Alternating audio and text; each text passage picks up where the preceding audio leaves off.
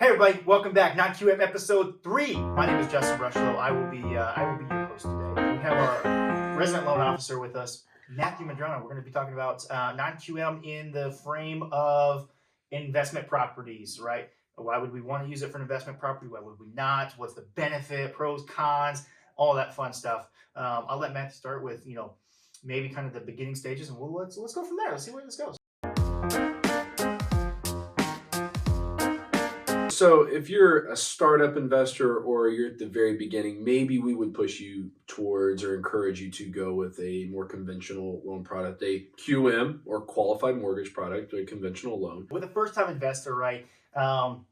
Or maybe the first 5 properties, you can income qualify, right? You got a W-2 salary. You're probably not a full-time investor at that point in time, so you got some sort of income coming in. You can income qualify on a conventional loan with usually slightly better term, maybe a little bit better interest rate, maybe a slightly better down payment percentage, depending on the scenario, of course. But you have to income qualify, and there's a freaking lot of documentation, right? The more properties you've got to get insurance and taxes and mortgage statements for all those properties. So when we start getting a little further out, right, we got 5, 10, 15, 20 properties, it starts to get very, very tedious. And maybe that 1/8% interest rate sounds a little bit more attractive to say, hey, to heck with all that information. I don't even want to provide that documentation. I'm not even going to income qualify. Let's just do a DSCR loan. So debt service coverage ratio, or DSCR, is essentially what we do. We're using the subject property, the investment property that you are buying. We're using the market rent available on that house, determined by an appraiser, to qualify for its own mortgage. So for example, what we would do is, let's just use super easy numbers, right? Let's say you're buying a $150,000 house, and let's say you're a good investor, right? It's 1%. So you're renting this thing out for $1,500. The appraiser agrees that $1,500 is a fair market rent per month. Let's just assume your monthly payment, property tax and insurance and HOA dues, is $1,000 a month. In that scenario, the debt service coverage ratio would be your $1,500 market rent divided by your payment, which is $1,000. So that equals 1.5 or 150%. So in the DSCR world, from a lender perspective, we want to see that number at least at 1. Typically, there's some lenders that'll go down below, but there's those are situations which are obviously situational, right?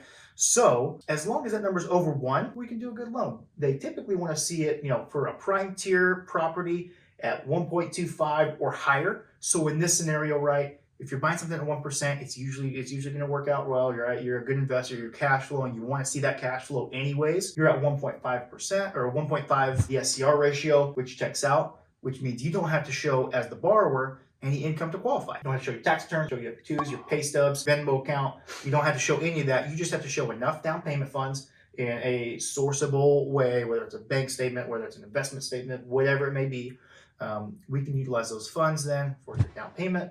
Your debt service coverage ratio qualifies you for the mortgage, and you don't have to worry about showing your 20 other, Lego houses that you may have that you're collecting rent on. Sure. So you don't have to show the property taxes and the insurance and the HOA dues and the mortgage statements for all of those properties, which you may have to do on the conventional loans, right? Which may have a slightly better interest rate, maybe have a slightly less down payment in some situations. It just depends. It allows us to make our approvals a little bit cleaner, a little bit tighter, and a little bit more seamless and stress-free for the borrower. And also, conventional loans, they only want you to have 10 conventional mortgages really at one time. So for that client that is really leveraging his properties, right, he's like, hey, I don't want to put too much money into these deals because I want to go buy more houses, right? They're going to have mortgages on all their properties.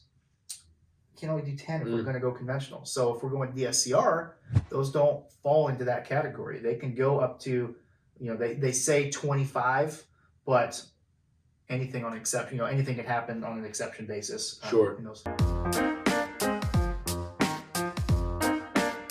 So to recap, 2 main takeaways. If we cash flow, green light, and way less documentation for us to get these pushed through and get you on your way to investing in more properties that we could leverage way more than we could if we were just going the conventional qualified mortgage side of things. Right. Yep. Tighter down payments. These lenders want these investment properties, so they're going to make it attractive, right?